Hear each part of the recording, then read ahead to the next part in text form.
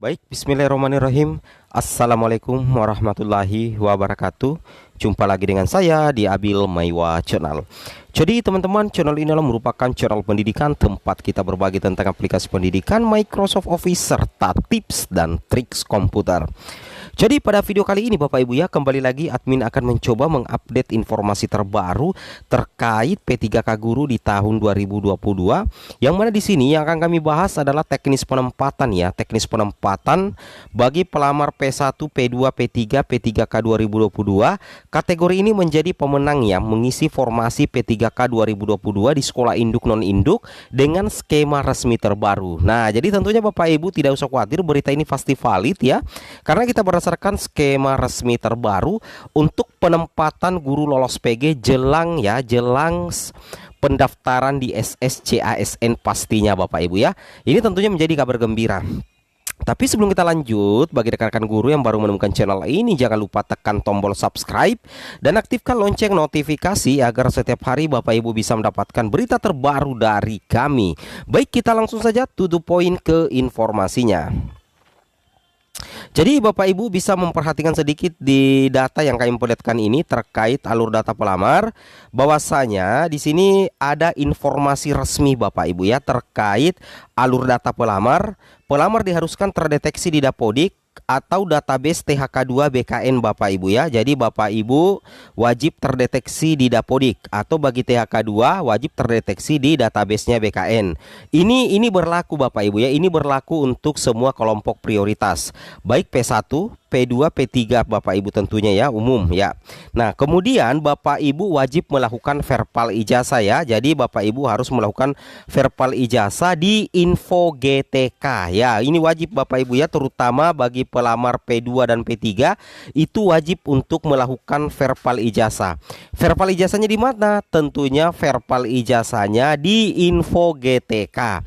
Nah, kemudian nantinya di data Dukcapil dengan SSCASN Bapak Ibu ya, itu akan ada sinkronik ya, akan ada sinkronik dengan nama, tempat, tanggal lahir dengan data yang ada di SSCASN. Kemudian sinkronik ini untuk keperluan kategori pelamar, riwayat ajar dan kualifikasi. Kemudian dari data Dapodik itu akan masuk ke SIM PG dan informasi yang kemudian terkoneksi di SSCASN.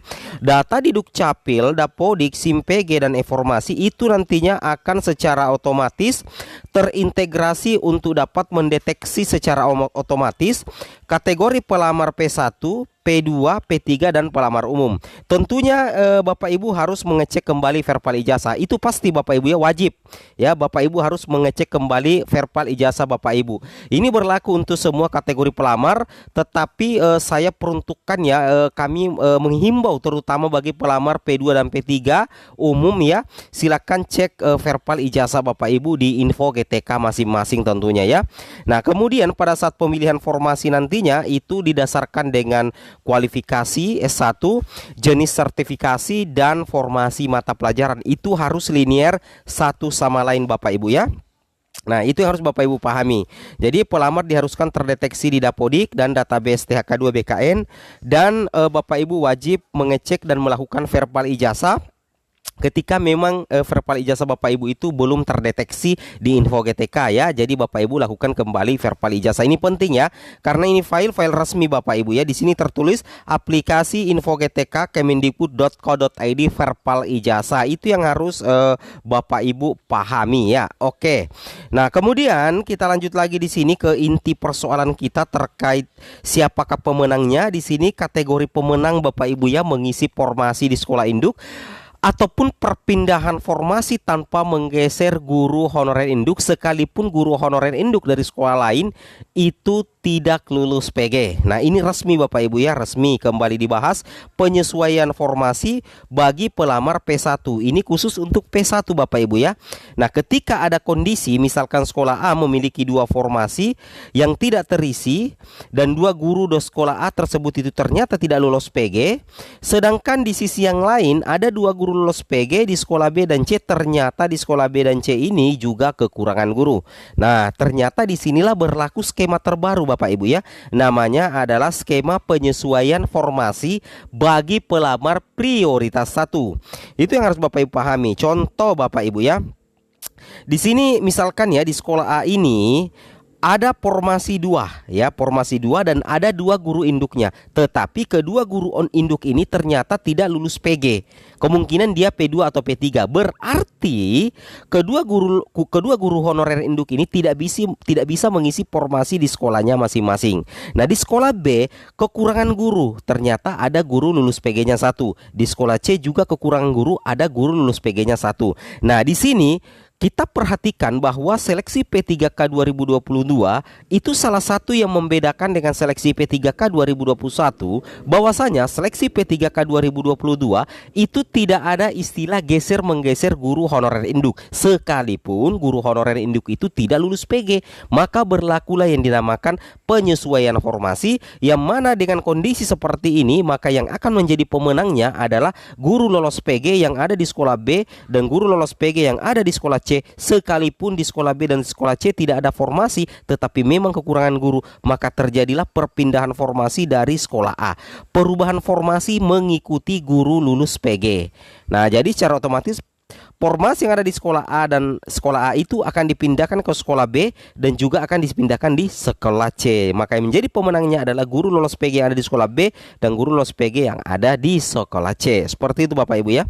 Ini untuk penyesuaian formasi bagi pelamar prioritas 1. Nah, sekarang bagaimana kalau posisinya seperti ini?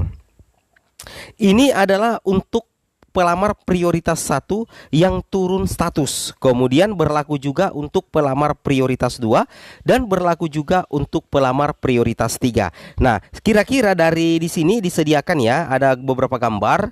Di sini kebetulan di sekolah A ada 1 guru honorer, ada formasi, di sekolah B ada formasi, kemudian di sekolah C tidak ada formasi, di sekolah D tidak ada formasi.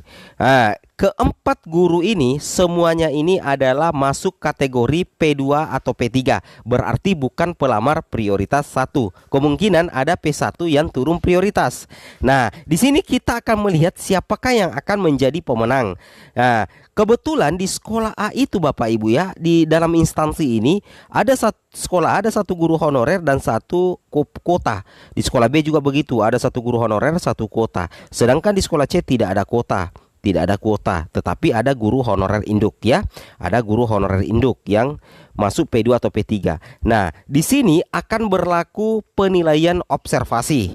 Jadi penilaian observasi keempat guru honorer ini akan dilakukan di sekolah masing-masing dan akan dilakukan oleh masing-masing kepala sekolah, masing-masing guru senior, dan masing-masing pengawas. Dan tentunya juga ada dari Dinas Pendidikan dan BKPSDM.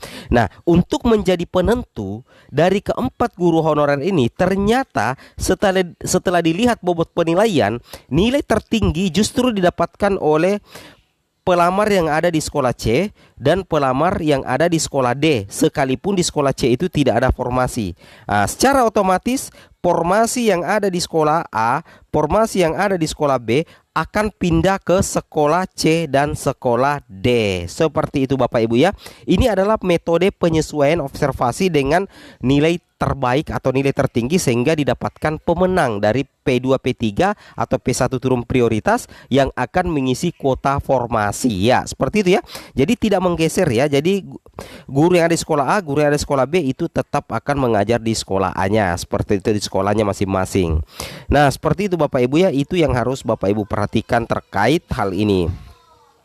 Kemudian Bapak Ibu bisa perhatikan juga ya bahwa untuk pendaftaran SSC-ASN tahun 2022 ini khusus untuk pelamar prioritas 2 dan prioritas 3. Di sini sudah ada informasi resminya bahwasanya Bapak Ibu login di SSC-ASN, kemudian nantinya Bapak Ibu akan melakukan reaktivasi akun di laman https sscsnbkn.co.id. Setelah itu P2 dan P3 akan melakukan pemutakhiran data. Jadi di sini akan ada pembaharuan data Bapak Ibu ya. Setelah itu Bapak Ibu memilih formasi dan mengikuti seleksi apa ya, itu tadi observasi. Setelah itu melakukan resum pendaftaran dan nantinya akan ada portofolio. Seperti itu Bapak Ibu ya. Oke, mungkin cukup sampai di sini informasinya. Assalamualaikum warahmatullahi wabarakatuh.